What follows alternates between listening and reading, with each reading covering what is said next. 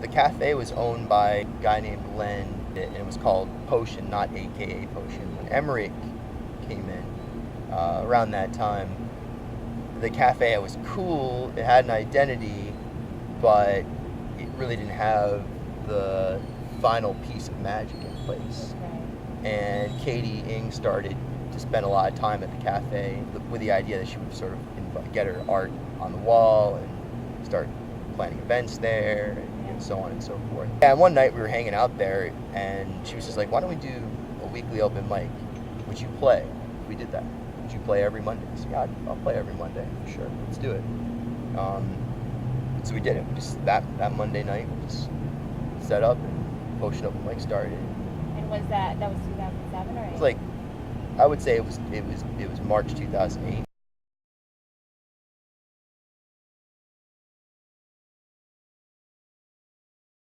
It was filled with characters that you wouldn't believe, almost.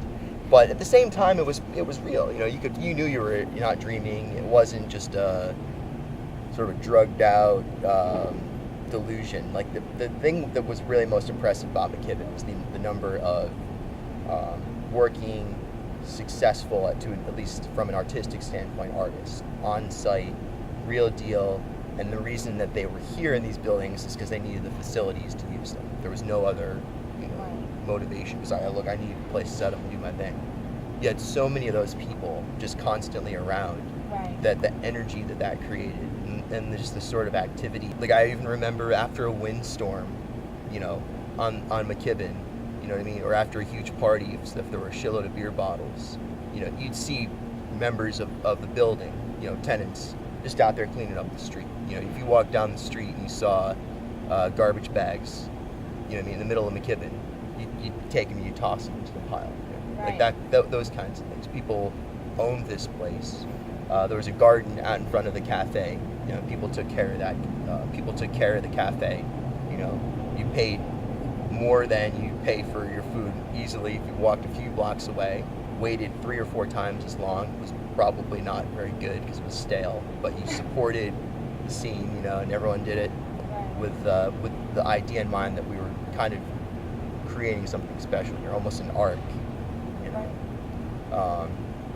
And then just great times too. I mean, awesome parties, awesome shows, real deal bands coming through, like known bands packing out these lofts, and then the bands from around here would get the chance to play those same parties, effectively opening up for big bands, and that's how word got out about this.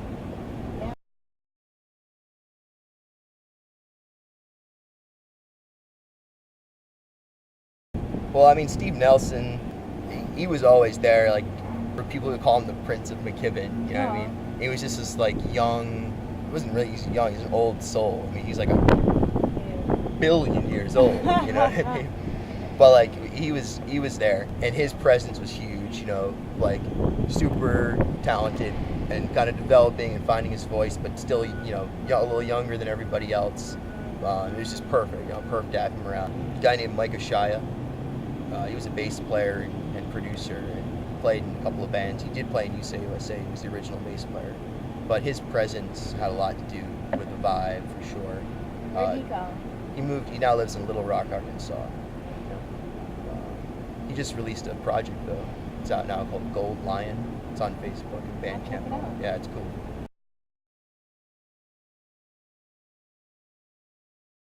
Well, I don't know the exact details, I'm not sure about that.